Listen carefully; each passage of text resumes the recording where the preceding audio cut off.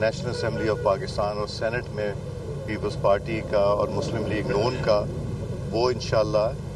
ایک لمبی اننگ کھیلنے کا ارادہ ہے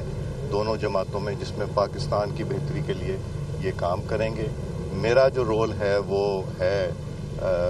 کسٹوڈین کا، اور میرے لیے سب ایک برابر ہیں، اور دوستی تعلق اور سیاست میں بھی بڑا کچھ سیکھا ہے پیپلز پارٹی کے دوستوں میں نے۔ تو ہم آئے ہیں تشریف، اور رانا صاحب ہمارے پنجاب کے صدر بھی ہیں، طارق صاحب اسلام آباد کے منسٹر فار پارلیمنٹری افیئرز ہیں، اور انٹر پروونشل کوآرڈینیشن ہے رانا صاحب۔ تو اکٹھے ہم لوگ اسی مقصد کے لیے۔ اچھا، جس طرح سے پاکستان پیپلز پارٹی نواز لیگ جمہوریت کے لیے کام کر رہی ہے، تو کیا آپ سمجھ رہے ہیں کہ سابق وزیر اعظم ایک جیل میں ان کی قدغن لگائی گئی ہے ان کی ملاقاتوں پر، اور جس طرح سے ان کے نشانات وغیرہ چھینے جا رہے ہیں، تو کیا یہ جمہوری پارٹیوں کے لیے اور ان کے مستقبل کے لیے بہتر ہے؟ کچھ چیزیں جو عدالت کرتی ہے وہ عدالت اپنا کام کرتی ہے، اور جیل مینول جو ہے اس کے مطابق جو ان کو سہولیات ملنی چاہیے۔ میرا خیال ہے پاکستان کی تاریخ میں جو ان کو سہولیات ملی ہیں وہ شاید ہی کبھی کسی کو ملی ہو۔ تو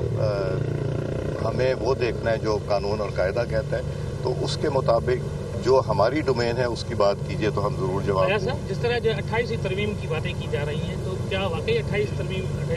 آ رہی ہے؟ تو اس میں اگر آ رہی ہے تو کیا کیا اس میں جو ہے نکات شامل کیے گئے ہیں؟ پہلے تو یہ کہ اگر آ رہی ہے، فی الحال تو مجھے کوئی اطلاع نہیں ہے کہ 28ویں ترمیم آ رہی، نہ اس کے اوپر کوئی ڈسکشن ہے، نہ اس کے اوپر کوئی بحث ہوئی ہے ہاؤس میں، تو ابھی تک تو ایسی کوئی چیز نہیں ہے۔ قرضے کے لیے 2028 میں جو قانون پاس ہوا ہے،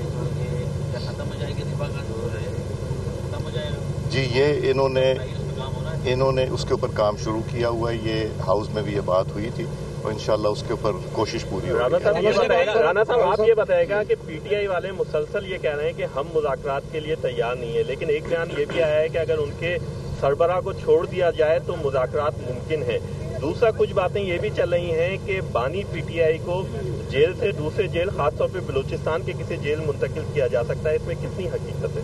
دیکھیں، ایک سیاسی جماعت کے طور پہ ہمارا یہ بلیو ہے کہ جمہوریت جو ہے وہ ڈائیلاگ سے آگے بڑھتی ہے، ڈیڈ لاگ سے نہیں۔ تو اس لیے پاکستان مسلم لیگ نون نے بھی اور پیپلز پارٹی نے بھی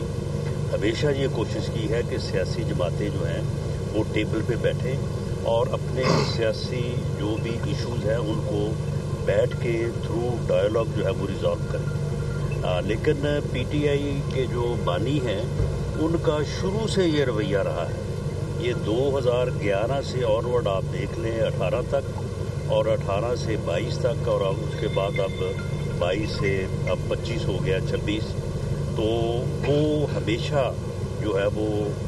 اپوزیشن سے، اگر وہ حکومت میں ہے تو اپوزیشن، اور اگر اپوزیشن میں ہے حکومت، وہ سیاسی ڈائیلاگ پہ یقین نہیں رکھتے، اور جیل میں بیٹھ کے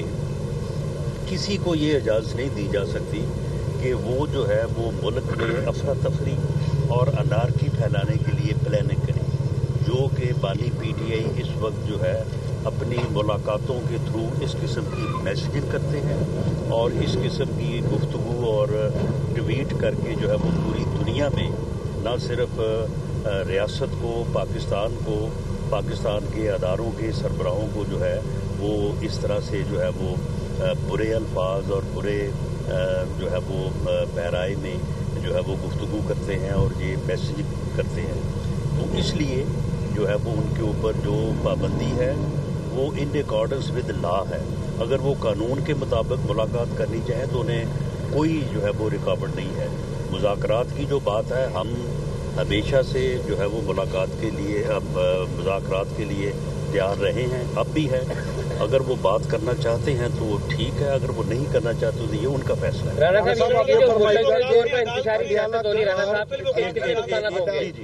آپ فرمائیں۔ مختلف اوقات میں عدالتوں نے بولا ہے کہ عمران خان کو عدالتوں میں پیش کیا جاتا، پیش کیوں نہیں کیا جاتا؟ جی، عدالتوں کا جو آخری فیصلہ جو اسلام آباد ہائی کورٹ کا ہے،